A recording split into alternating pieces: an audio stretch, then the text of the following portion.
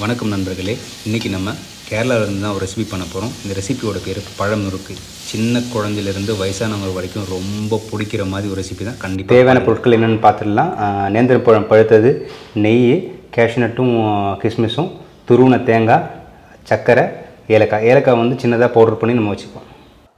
இந்த ரெசிபி பண்ணுறதுக்காக நம்ம ஒரு 3 பழம் எடுத்துருக்கோம். ஃபஸ்ட்டு வந்து இந்த பழத்தை 2ஆக கீறி சின்ன சின்னதாக கட் பண்ணிக்கலாம். கட் பண்ணும்போது எல்லாம் ஒரே சைஸாக இருக்கணும். ஏன்னா நம்ம குக் பண்ணும்போது இது குழஞ்சி போகிறதுக்கான சான்சஸ் வந்து ரொம்ப அதிகம். ஒரு பவுலில் மாற்றி வச்சுட்டு, இது வந்து உருளின்னு சொல்லுவாங்க. நம்ம பேனோ பாத்திரமோ எது வேணால் யூஸ் பண்ணிக்கலாம். அதில் நெய் போட்டு, நெய் நல்லா உருகி வரும்போது ஆல்ரெடி கட் பண்ணி வச்சுட்டு பார்த்தீங்களா பழம், அதை வந்து லைட்டான சூடில் அப்படியே போட்டு மிக்ஸ் பண்ண ஆரம்பிச்சிருங்க. இப்போ வந்து ஃபயர் வந்து ரொம்ப அதிகமாக வைக்கணும். ஒரு மீடியம் ஃபயரில் வச்சிங்கன்னா கரெக்டாக இருக்கும். இது வந்து குக் பண்ண ஆரம்பிக்கும் போது இது லைட்டாக கலர் மாதிரி வரும். இப்போ பார்த்துக்கிட்டிங்கன்னா இதோட கலர் வந்து லைட்டாக சேஞ்ச் ஆக ஆரம்பிக்குது. அந்த டைமில் வந்து நம்ம சேம் பவுலில் வந்து இதை ட்ரான்ஸ்ஃபர் பண்ணி மாற்றி வச்சுக்கலாம். இது வந்து நம்ம மிக்சரில் ரெடி ஆனதுக்கப்புறம் போட்டு மிக்ஸ் பண்ணிக்கலாம். அதே பாத்திரத்தில் வந்து நம்ம இன்னொரு டீஸ்பூன் நெய் போட்டு நம்ம ஆல்ரெடி ரெடி பண்ணி வச்சுருக்கிற முந்திரி திராட்சை போட்டு வதக்க ஆரம்பிச்சுக்கலாம்.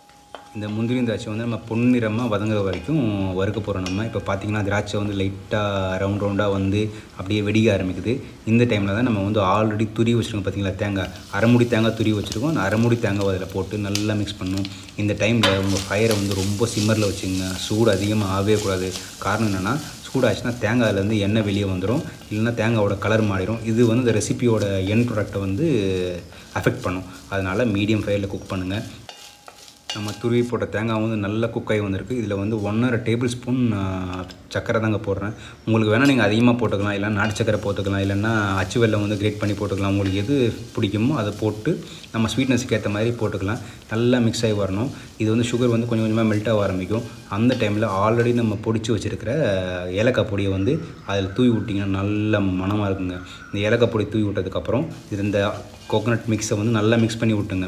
இந்த ஏலக்காய் எல்லாம் மிக்ஸ் ஆனதுக்கப்புறம் ஆல்ரெடி குக் பண்ணி வச்சுருக்கல இந்த பழம், அதை வந்து போட்டு ஸ்லோ ஃபயரில் வேணால் நீங்கள் ஆஃப் கூட பண்ணிக்கலாம். ஏன்னா ஆல்ரெடி சட்டியெல்லாம் சூடாக இருக்கும். நீங்கள் அதனால் இதை வந்து ஆஃப் பண்ணி வச்சு கூட நல்லா மிக்ஸ் பண்ணி விட்டுக்கலாம். செம்மையான ரெசிபிங்க. ரொம்ப சிம்பிள் பண்ணுறதுக்கு 5 நிமிஷம் தான் ஆகும். இதில் வந்து ரொம்ப சூப்பரான ட்ரிக் ஒன்று சொல்லி கொடுக்குறேன். இந்த டெசர்ட்டாக எப்படி சாப்பிட்லான்னா, இது நல்லா சூடாக இருக்கும்போது ஒரு பவுலில் வச்சுட்டு ஒரு ஸ்கூப் வேனிலா ஐஸ்கிரீம் போட்டு சாப்பிட்டிங்க வச்சுங்க, செம்மையாக இருக்கும். இந்த ரெசிபி பிடிச்சிருந்தா கண்டிப்பாக சப்ஸ்கிரைப் பண்ணுங்கள், லைக் பண்ணுங்கள். அடுத்த ஒரு வீடியோவில் பார்க்கலாம்.